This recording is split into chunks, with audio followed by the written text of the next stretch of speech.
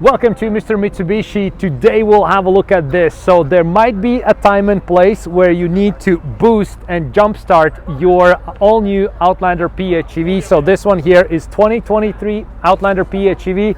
If you need to jumpstart it, there's certain things you need to do.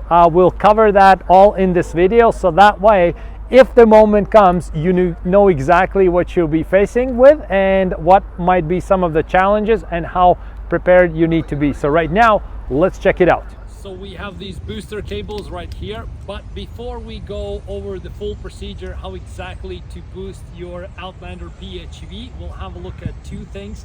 Number one, where the booster terminals or the battery terminals are located, so we have to remove this fuse box to access them. And number two, where the actual battery is located, the actual 12-volt accessory battery is located at. So let's check out that, and then we'll go and check out how exactly to boost your car.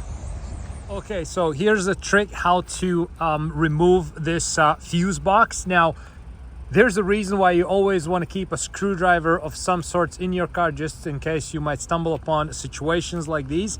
You can't really remove this fuse box without releasing one of those pins with that's like this pin right here. It's like kind of the last pin to be released when you remove it, and you can't really just even stick the finger in there. Like we tried and tried and tried, we couldn't. So what we want to do, there's 4 pins on releasing this fuse box. There's 2 here, so 1, 2, and then there is 2 in there, so 1 and 2.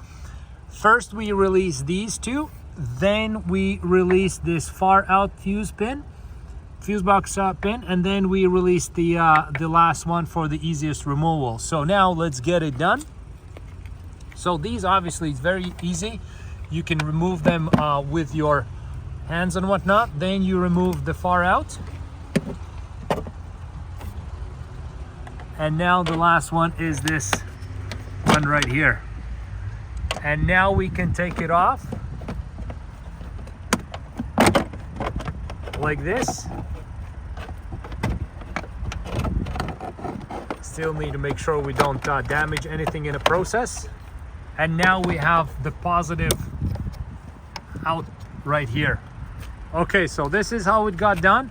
Always have a screwdriver in your vehicle, so you can boost the Outlander PHEV.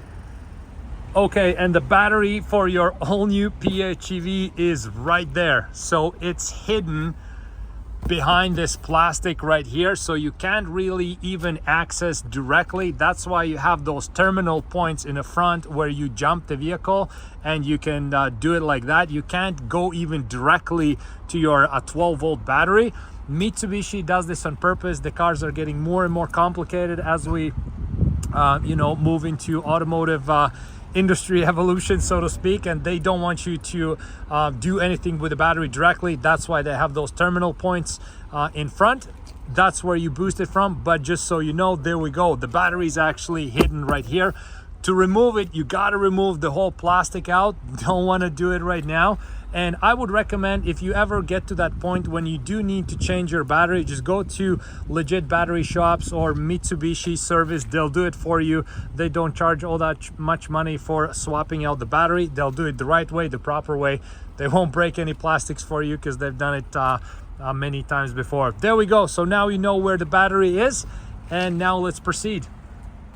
So now that we learned how to take this fuse box cover off and where the battery is located, and now we know why we need to use these battery terminals for boosting the vehicle, here's the procedure to follow. So if you are using a second vehicle to boost your PHEV, like this example, we just park an Outlander there, you make sure that vehicle is turned off, the engine is not running. You line up those cables where they need to be, then you start the other vehicle first, and then you start your PHEV. Same thing applies if you have one of those big battery packs with lots of juice in it that's capable of boosting the vehicle. First, you turn that off, you line up where like the cords need to be, then you turn on the battery pack on, then you turn the vehicle off. You never want to do the where you have this vehicle running and then you line up those jumping cables, and if you put them together, like the sparks are going to go all over the place, and you don't want to compromise the electronics with your vehicle. Okay, so here's how we do it. Then we take the plus and we add right here. So we just need to make sure it sticks properly on there and it's connected well. Once that is done, we can move on to negative. We need to find a negative, and that's right here. We have this engine mount right here. We just clip on right here. You always need to make sure you find something that is not painted, and it's real metal, not anything like plastic, anything like that. So right now that they clipped on nicely properly, we would line up the other part of these jumping cables to the other car, and that's it. We just start that car first, we start this one second, and off you go. You just boosted your vehicle and you can go to wherever you need to go, preferably the closest shop, to check out the battery and hopefully change it. So my recommendation is read the owner's manual on this one here as well. It's nicely displayed there, how to boost your vehicle, how to jumpstart your vehicle. And number two is if this happened to your vehicle, you probably want to get a new battery, because there's a reason the battery got drained. Get it checked out why it got drained. It could be the faulty 12-volt battery. It could be something else. You never want to be stranded on the side of the road wondering what to do and how to boost your vehicle. So hopefully this never happens to you. So hopefully you'll never need to do that. But if you do, now at least you know what to do and how to be prepared for these types of situations. So thank you so much for checking out this video.